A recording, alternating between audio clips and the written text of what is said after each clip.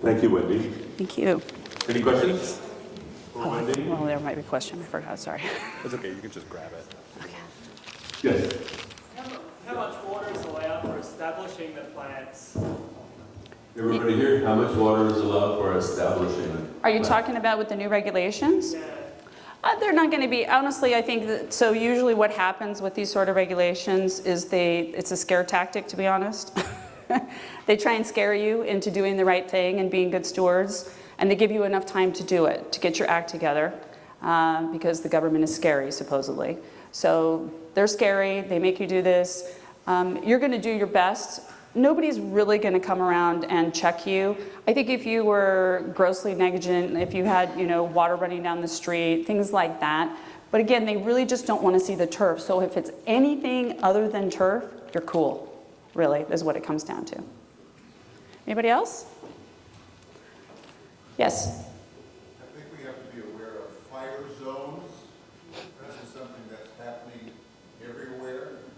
And there's a philosophy of 100 feet of clearance. A lot of this beautiful, taller vegetation around your homes, they are coming in and says, cut it out. That's all about safety. And Los Angeles is a classic example of the fires in the Palisades and in Altadena. So there's major changes coming as well. Yes, and he's right. There very much is going to be that, and it was one of the reasons why I listed it, but I didn't dwell on it, was the fire aspect of these plants. I think the other thing is through the hybridizing, there's going to be a lot of desire for plants that are smaller growers. So those of you who are working on more compact varieties for the nursery and landscape trade, you will win. Keep going. Because I know we've been talking about flower lengths and everything, which I don't care about necessarily, unless I'm going to the florist to buy something. But in my landscape, compact and tight is king, okay? And everybody knows that. So if you can make something tight and low, and then you can have it within your defensible space, and we know these are plants that are fire, resistant or will regenerate themselves, then you have a win-win, okay? Same thing with California natives. They do the exact same kind of thing. Hey, they're asking the questions. All right, we're done. Thanks. Thank you.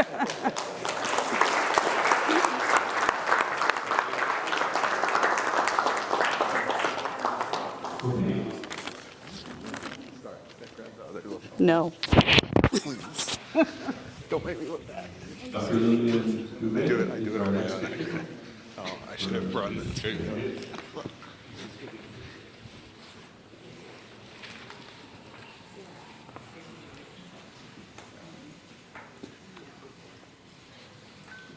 Dr. Dube maintains 2 residences, one in San Francisco, one in Zimbabwe.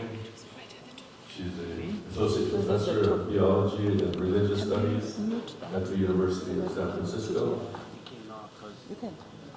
And It's all right.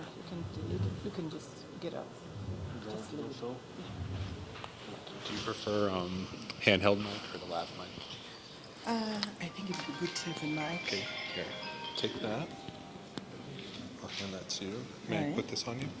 Sure. Okay, great. I love her presentation. Is Protea Cultivation, Land Aesthetics, Spirituality in the Eastern Highlands of Zimbabwe, Prospects and Challenges. Hold it that way. Right. Oh, thank you. And put that in a pocket if you want. So I'm on already, right? You don't have to hold it Okay. necessarily. You can I'll set put up. it down here. Okay. Thank you, Lilian. Thank you. How is everybody doing?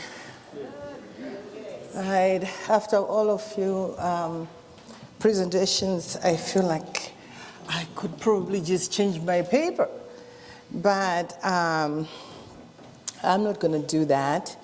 I could trim it a little bit if I had time to do that, but I don't have time. I'm going to just go on with it. So,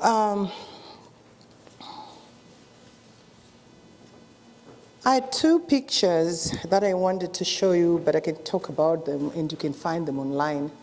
One is of a mountain in Zimbabwe, in the eastern highlands of the country.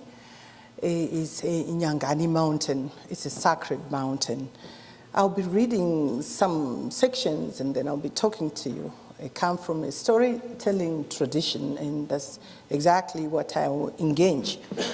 And I think there may be a reason why I come at the very end of this long day of scientific papers that are rooted in this, with all the experiments and figures and diagrams. I am a theologian, and I feel like I'm about to give you a benediction. So just, relax and think of it as a benediction. So, my presentation was imagined on the summit of Mount Nyangani. That's the mountain I was going to show you. This is the highest mountain in Zimbabwe, and probably the third on the continent. In Southern Africa, right? There is a story, or there are stories told about what could happen to you when you get to this mountain, or if you dare to climb that mountain. There's believed to be a legendary spirit which is vengeful. So if you type it in, Nyangani Mountain, it is characterized by this vengeful spirit. It's a mountain that swallows people. That's what you'd find if you Google it. A mountain that swallows people. So this vengeful, legendary mountain spirit is believed to surround its victims with thick fog to disorient and to terrorize them before pushing them off the cliffs, and they are never found. Anyone who disappears in Mount Nyangani is never found, has never been found, except for probably just one little boy who was herding cattle, who's from the area. There are foreign tourists, there are local tourists who have disappeared, literally. And there's searches and teams of helicopters from South Africa, and from literally all over the place looking for them. They're not found. Is this myth, is it something worth talking about at a conference at a scientific conference? I think so. I couldn't help thinking about Mount Nyangani when we went for that ride up in the mountains, in the hills. I could not stop thinking about it, because I made this dangerous trip with my daughter about 3 years ago. Why did I do that? I just kept saying to myself, I need to conquer this mountain before I lose my gait. So I went there to conquer the mountain. With all these stories, these fearful stories, yes, I wanted to conquer it. I wanted to come back to California and say, hey, I conquered Mount Nyangani. Why is it so important? Because I now belong to that region. I was born in the Lower Veld, in the tribal trustlands of the Lower Veld, semi-arid, dry place, hot, during colonial Rhodesia. My parents were dispossessed along with everybody else, like me. And yet I was fascinated with this region, these Eastern Highlands. It was a dream to finally be able to live in the Nyanga area and to be able to access Mount Nyangani. I went to live in Nyanga area to try out my skills on agriculture. So I'm a farmer. I'm a Protea farmer. I didn't know anything about Proteas before I started farming Proteas. I shared that yesterday, and someone was like, really? That's daring. I said, yes. So how did you get it? Checking out other farmers, opening frontiers of network from people who I would ordinarily not mingle and mix with. That's why when I was invited to come to say something here, I thought, well, I think I can do it. Because almost all my life, I've mingled with people who are not like me in so many ways. As an immigrant in California, and in New York City before then, and in England, and in Chicago, and in the South, in Cleveland, Tennessee.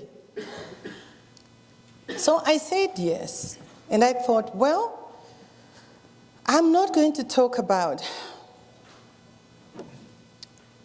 the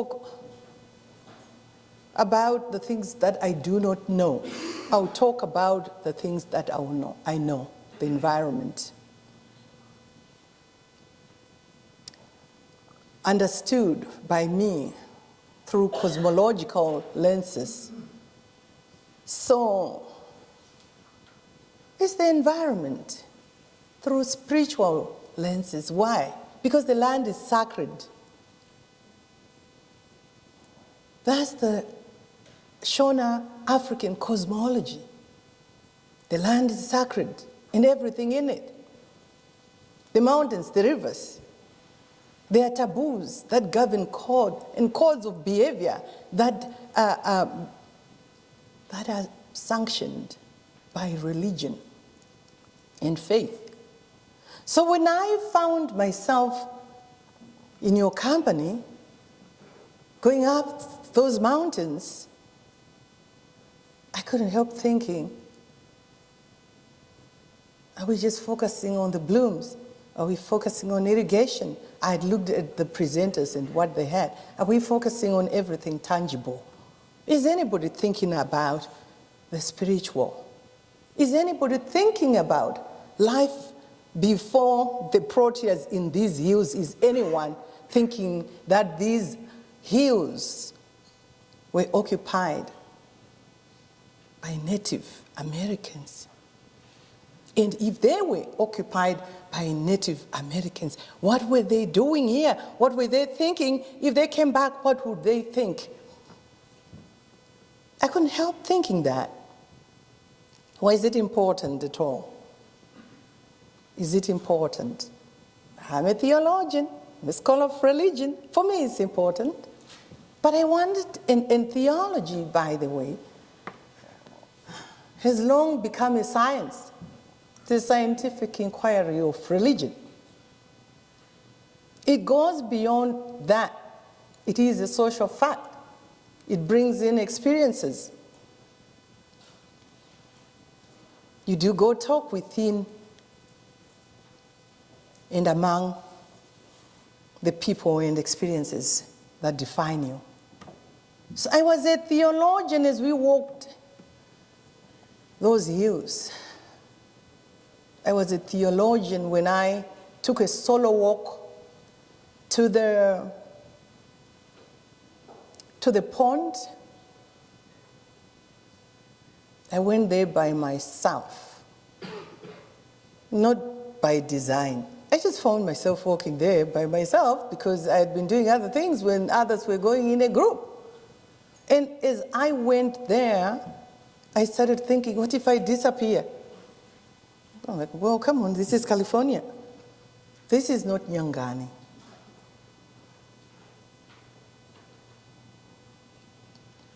Part of me thinks there's a Nyangani everywhere. We're just not conscious of it. And I wonder what it means to conquer Nyangani, the Nyanganis of our expertise as we approach the land, as agronomists, as landscapers, as breeders, as designers of farms. What does that mean? To pause for a second and listen to stories from below. Stories that are intercultural, that would stretch your own imaginations beyond the science you know. What does it mean to even think? I was impressed at the first farm we stopped. There was a lot of emphasis on environmental justice. And I found myself almost going crazy, asking all sorts of questions. I thought, maybe I'm now embarrassing my colleagues, because I seem to be asking the same questions. I'm repeating myself, I'm asking the same questions, because they'd reached out to talk about justice. I teach at a Jesuit Catholic university, and social justice is the air we breathe. That's what we talk, that's what we teach, that's who we are. I came to this place to check out Mel and what he does with his farms. Because again, like I told you, that's what I do. Not this place, this conference, no, this area.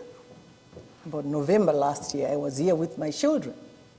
And we explored, we wanted to engage and see how these Proteas are grown in San Diego, and and of course, we had the privilege of riding in Mel's van. If you've ridden in that van, you probably can connect with so many things. My children still talk about that experience of being driven by this icon. That's how he's looked at. By my community of accountability, even back home in Nyanga. They're like, where are you going? Where are you? Yes, we're riding in Mel's truck. One thing stood out for me. It was very, very impressionable. It was about how he wasn't so much fixated on profit and making these crops produce so he can sell all over the world and make more money. He shared how you would readily leave the land fallow and treat it like it had feelings. It was a living entity with a spirit that connected with me, with my senses and sensibilities, with my imagination. And I came from this place, I think, a better person, surprised, to say the least. I think I was a little late to the very first opening, and I kept thinking as I was preparing my talk, whether I should include this or exclude it, because probably it happened in my absence. We are a unionized faculty at the University of San Francisco, and where I have taught for 19 years. This is my 19th year teaching at the University of San Francisco. So when the opportunity to serve on the policy board of the faculty was nominated, I said yes. So this is my third year serving on the policy board of the faculty union. Most recently, we started to acknowledge the land we occupy. This is what opens our meetings. We meet twice a month There's a meeting tomorrow that I'm unfortunately missing because I'll be here doing another presentation. But we do open our meetings. Every meeting is opened with an acknowledgement of the land we occupy, the native land we occupy. That was not ceded. And we occupy it. Oh, but we bought it with titles. Land where I come from is not a commodity, cannot be commodified. You can live off it, but you cannot own it. It's a little strange. I said I was here for the benediction, but it's a little strange that I'm talking about acknowledging the land. So one of the things I did today was go online and just check if the city of San Diego does anything like that. And yes, it does. There's actually an acknowledgement of native land adopted by the city of San Diego. And I propose we consider acknowledging that before we leave. Maybe as a group, maybe individually, maybe in our own spaces when we are cultivating our proteas, when we are tilling the land. My piece of land is not very big. It's a total of 10 hectares, back in Zimbabwe, of course, back in Nyanga. When I bought it in 2014, I was attracted to the natural environment. I didn't even know about Proteas, but there were Proteas. Yes, indigenous Proteas on that parcel of land. And I didn't know there were Proteas until I started cultivating Proteas. This looks like, and that the other one looked like. And I just preserved them. Not only were there Proteas on that land, there were also ruins. The eastern highlands is littered with ruins, evidence of the native who lived before 1890, when Zimbabwe was colonized, became Rhodesia, and the natives were dispossessed of their land and moved to tribal trust lands. And here I was, from the southern tribal trust land, the semi-arid one in the lower veld, close to the South African border, to the Mozambican border, where there's the eastern highlands. I felt like I was occupying someone else's land. I was ridden by guilt. I started thinking, walking, paying more attention to the stones. If stones were gathered around in a pattern, I started observing the patterns and thinking, could this be a grave? And oftentimes I wasn't sure. I would call the locals and ask them to help me understand if this is a grave or if it's just a terrace. I still don't know if the land I occupy is littered with graves, if it's a graveyard, or if it's a terrace, if there are remnants of civilization of the people who left 100 years ago.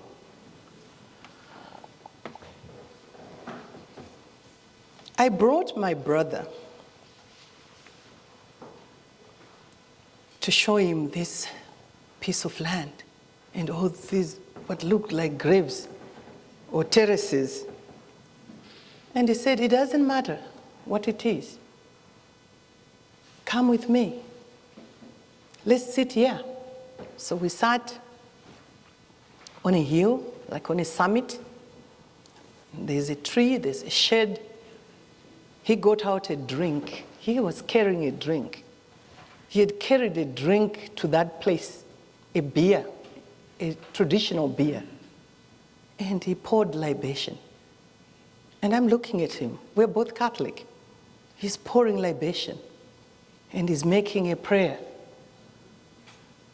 telling the spirits of this land, of whoever lived here before, that we didn't come to conquer, we didn't come to disrespect, we come with deep reverence for what is beneath and around.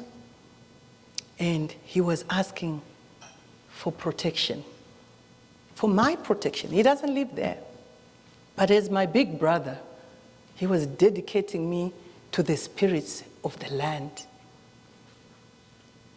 So now, I move around, I have no guilt. I bought that land after all, and we took care of the spiritual side of things, and I feel like I have the blessings of the land. I want to leave it there.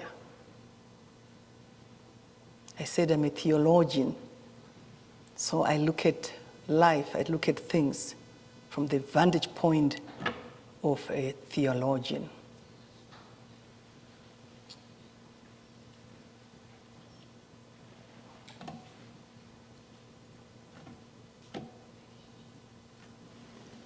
Thank you.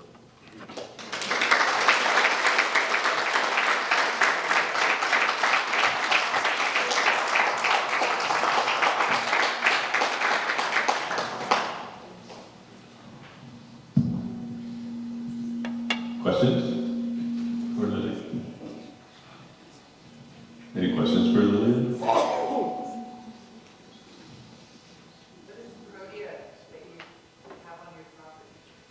I'm sorry. What is the Protea that you have on your property? Which Proteas are on your property in Zimbabwe? We have a variety. We have the king Proteas. We have pink ice. We have Naomi. We have Soleil. We have Safari Sunset. We have Inga Gold. And they're all at harvest. We have the Jubilee Crown. And we have Mundi. So those are there, pretty much. The native one, I still don't know the name in English. I know the name in the native language because I would invite the locals and ask what that was. So there's a Mubonda. And when I try to translate it, I'm not sure if it translates exactly the same.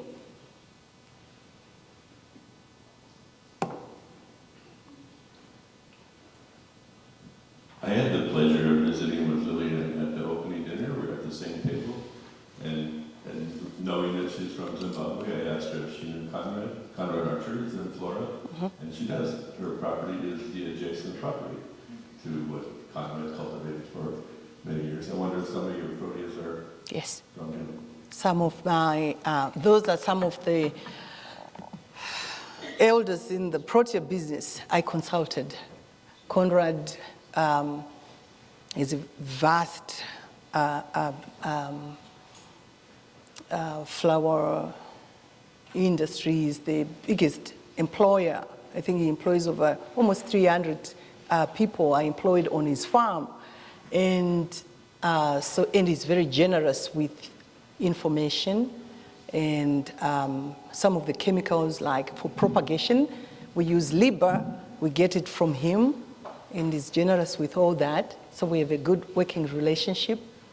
And most recently, as recent as about 5 weeks ago, I bought 4,000 Naomi seedlings from Conrad's partners who propagate on his behalf, because he referred me to them. He doesn't propagate, he doesn't have a nursery on his side. He has someone else who does the nursery, and so they propagate most of my